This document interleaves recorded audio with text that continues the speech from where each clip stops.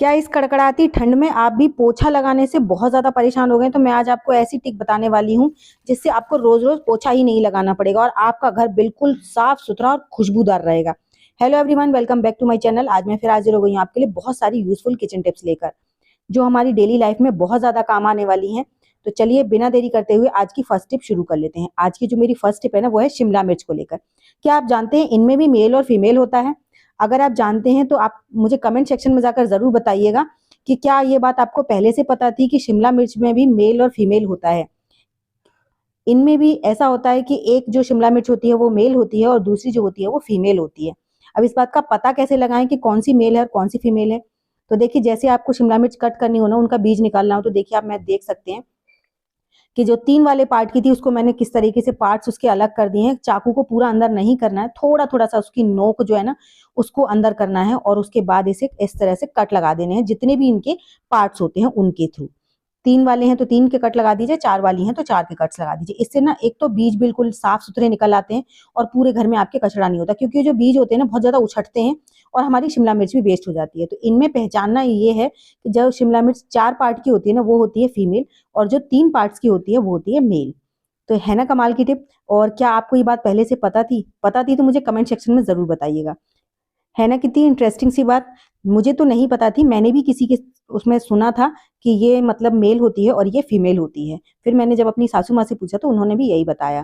तो चलिए बढ़ते हैं नेक्स्ट टिप की तरफ। नेक्स्ट टिप है मेरी, जैसे कई बार क्या होता है हम लोग अकेले हैं और विंटर्स में ना काम करना बहुत ज़्यादा मुश्किल वाला होता है और अचानक से कोई गेस्ट आ जाए। खाना हमको ही बनाना है और हमको ही सर्व करना है, तो उस टाइम पर ना एक छोटा-सा जुगाड़ कर सकते हैं रोटियों को लेकर, क्योंकि आजकल ना पूड़ी पराठे कोई भी पसंद नहीं करता है। ज़्यादातर चाहे मेहमान हो, चाहे बच्चे हों, सभी लोग क्या करते हैं कि रोटी ही चाहिए।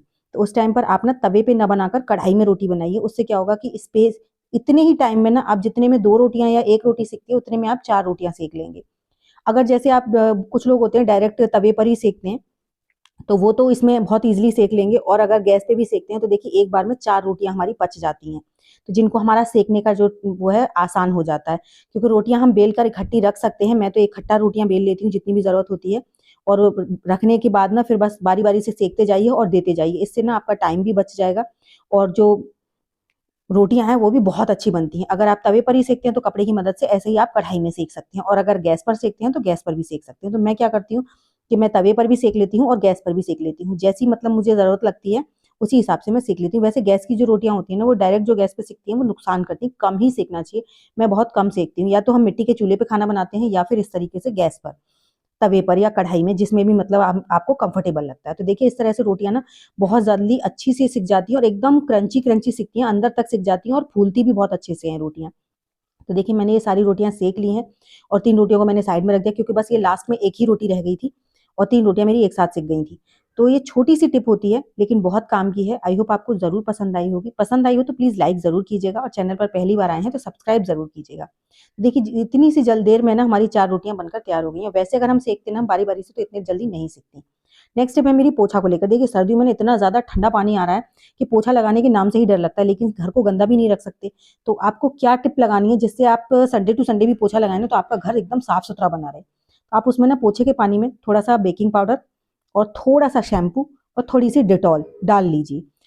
इन सब चीज़ों से ना जब आप मिलाकर पोछा लगाएँगे, क्योंकि देखिए कुछ लोग तो वर्कर्स होते हैं, हाउसवाइफ्स तो हम लोग डेली कर लेते हैं एक बार को, लेकिन जो वर्किंग वुमेन होती हैं या फिर बच्चे बाहर रहते हैं तो वो संडे टू संडे ही क्लीनिंग करते हैं। तो क्यों ना क्लीनिंग कुछ इस तरीके से की जाए कि आप उसे संडे टू संडे ही करें, लेकिन फिर भी आपका घर बिल्कुल साफ-सुथरा लगे। अच्छा, कुछ लोगों को क्या होता है बैठकर पोछा लगाने में बहुत ज़्यादा प्रॉब्लम होती है, तो उसका भी एक जुगाड़ है मेरे पास। आपने देखिए वाइपर सबके घर में होता है, छोटा हो, बड़ा हो, सब जो भी वाइपर है आपके पास, उसी वाइपर पे ना जो भी आपका पोछे का कपड़ा है इस तरीके से डाल लीजिए और उसके बाद जब आप पोछा लगाएँगे तो देखिए पोछा भी एकदम साफ-सुथरा लगता है और आपको बिल्कुल भी ना झुकना पड़ता है, ना मतलब देखिए आजकल ना घुटनों की, कमर की परेशानी नए-नए बच्चों में भी हो गई है। और फिर विंटर्स में ना पोछे लगाने में ठंड भी बहुत ज़्यादा लगती है। या फिर आपके पास मार्केट वाला मोप है तो उससे आप लगा लीजिए। लेकिन उस पानी में आप ये जो तीनों चीज़ें मैंने बताई हैं ना वो डाल दीजिए, उससे आपका पोछा भी साफ-सुथरा रहेगा, घर भी महकता रहेगा और बिल्कुल बैक्टीरिया फ्री रहेगा। क्योंकि हमारा जो बेकिंग सोडा होता है, वो हमारे कीटाणुओं को मारने का काम करता है, डेटॉल भी वही काम करती है। और साथ ही साथ जो शैम्पू होता है ना, हमारे घर में जो छोटी-मोटी चिकनाई जैसी, जैसे कुछ भी गिर जाता है, कभी भी हम लोग रफली काम कर लेते हैं, और झाड़ू, कभी कभी ऐसा होता है कि खाने पीने की कोई चीज़ गिर गई, तो वो सारी चीज़ें ना चिपक जाती हैं। लेकिन जब आप इस तरीके से शैम्पू वगैरह डालकर पोछा लगाएंगे तो आपका घर एकदम साफ सुथरा और चमकदार हो जाएगा। तो ये सिंपल सिंपल सी टिप है, आई होप आपको पसंद आ रही होंगी। तो नेक्स्ट टिप के लिए मैंने यहाँ पर बोतल लिया है, इसको वीडियो को मैंने थोड़ा फास्ट कर दिया है क्योंकि बहुत ज़्यादा लंबी वीडियो हो रही थी, फिर आप लोग बोर हो जाते। अब हम ना इसकी रिंग्स काटेंगे, लेकिन रिंग्स इस तरीके से काटेंगे कि हमने इनको अलग नहीं होने देना है, सारी रिंग्स आपस में जुड़ी रहें। देख सकते हैं आप, सारी रिंग्स आपस में जुड़ रही हैं। उसी तरीके से बस आपको पूरी बॉटल को कट कर लेना है। अगर आपको नहीं समझ में आ रहा हो तो वीडियो को थोड़ा सा स्लो करके देखिएगा, बिल्कुल परफेक्ट तरीके से देखिए। बस रिंग सारी आपस में जुड़ी रहनी चाहिए, कहने का मतलब ये है कि रिंग्स बिल्कुल अलग नहीं होनी चाहिए, वरना फिर आपको बाद में प्रॉब्लम होगी।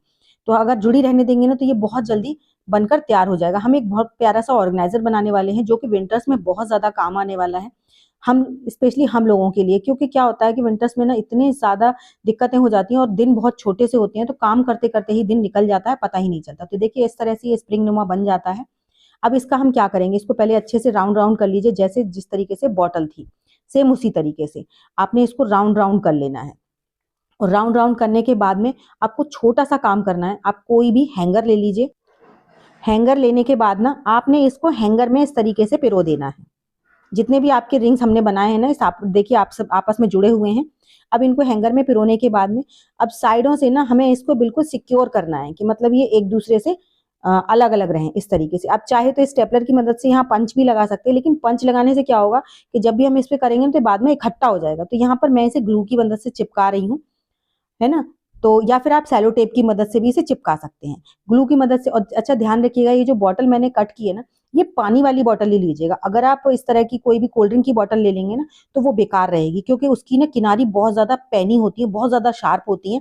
जब उसका आप इस्तेमाल करेंगे तो आपका हाथ वगैरह भी कट सकता है। तो यहाँ पर पानी की जो बॉटल होती है ना वो बिल्कुल सॉफ्ट होती है, इसमें ना तो हाथ कटने का डर रहता है, ना ही हमें बाद में कोई परेशानी होती है। तो देखिए हमारी स्प्रिंग बिल्कुल बढ़िया तरीके से बनकर तैयार हो गई है और दोनों साइड से मैंने इसे चिपका दिया है। अब इसका हम इस्तेमाल कैसे करेंगे, इसका इस्तेमाल करना बहुत ज़्यादा आसान है, कोई दिक्कत नहीं है।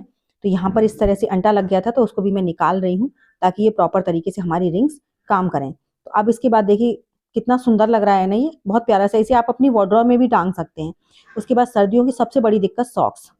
सॉक्स इतने ज़्यादा हो जाते हैं क्योंकि पल पल पे बच्चे गीले कर दें, हम लोगों से भी हो जाते हैं, और इनको ना ऑर्गेनाइज करना बहुत ज़्यादा मुश्किल है। अच्छा हल्के फुल्के सीले भी रह जाते हैं ना, तो इसमें जब हम हैंग करके रखते हैं तो वो सूख भी जाते हैं और अपने आप सब लोग ले भी लेते हैं। अगर हम इन्हें वैसे ही रख दें ना फोल्ड कर करके, तो एक तो हल्के फुल्के अगर सीले रहते हैं तो वो सूखते नहीं हैं, दूसरी बात हर एक को बंदे को हाथ में देना पड़ता है।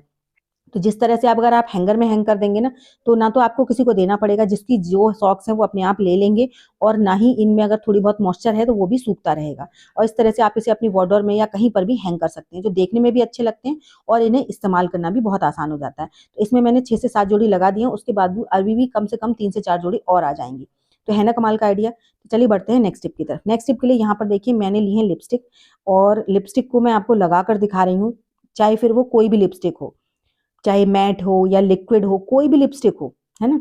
तो सर्दियों की सबसे बड़ी प्रॉब्लम क्या होती है लिपस्टिक की, कि विंटर्स में हम लिपस्टिक चाहे कोई लगाएं, मैट लगाएं या लिक्विड लगाएं, इनमें ना पपड़ी जैसी जम जाती है। थोड़ी ही देर बाद, आप जैसे सुबह लगाई आपने या दोपहर में लगाई, शाम तक एकदम पपड़ी जैसी हो जाती है, जो बिल्कुल भी कंफर्टेबल नहीं लगती और देखने में भी बिल्कुल अच्छी नहीं लगती। तो आपको एक छोटी सी टिप करनी है, जब भी आप लिपस्टिक लगा रहे हैं, चाहे वो फिर वो मैट हो या लिक्विड हो, चाहे सस्ती हो या महंगी हो, कोई भी हो, आप लीजिए थोड़ी सी वैसलीन। वैसलीन विंटर्स में ना सबके घर में मिलेगी और बहुत सस्ती होती है, बहुत ही काम की चीज होती है। और उसको आप अपने लिप्स पर लगा लीजिए। उसके बाद लिपस्टिक लगाएंगे ना तो आपकी लिपस्टिक बिल्कुल भी पपड़ी जैसी नहीं होगी, फिर वो चाहे लिपस्टिक मैट हो, लिक्विड हो, कोई भी हो। अच्छा कई बार क्या होता है, हम लोग ना लिपस्टिक लगा लेते हैं, हमें ध्यान नहीं रहता कि हमें वैसलीन भी लगानी है। तो उस टाइम पर भी मैं आपको एक जुगाड़ बताती हूँ, आपने करना क्या है। देखिए कोई भी, ये वाली जो लिपस्टिक थी ना, ये बहुत ज्यादा ड्राई थी पहले, लेकिन जब मैंने इसको वैसलीन के ऊपर लगाया तो एकदम स्मूथ टेक्सचर हो गया इसका। तो अगर आपने पहले लिपस्टिक लगा लिया तो आप थोड़ा सा ऊपर से इस पे लिपस्टिक के ऊपर वैसलीन लगा लीजिए। तो ये ना बहुत अच्छी सी टिप है। और जो लिक्विड लिपस्टिक, जब ये सूख जाए तो इसके ऊपर से आप लगा लीजिए वैसलीन को। तो आई होप आपको मेरे सारे आइडियाज पसंद आए होंगे। पसंद आए हो तो प्लीज लाइक कीजिएगा, चैनल पर पहली बार आए हैं तो सब्सक्राइब जरूर कीजिएगा। तो चलिए ऐसी अमेजिंग वीडियो के साथ नेक्स्ट वीडियो में मिलूंगी मैं आपको, तब तक के लिए बाय बाय।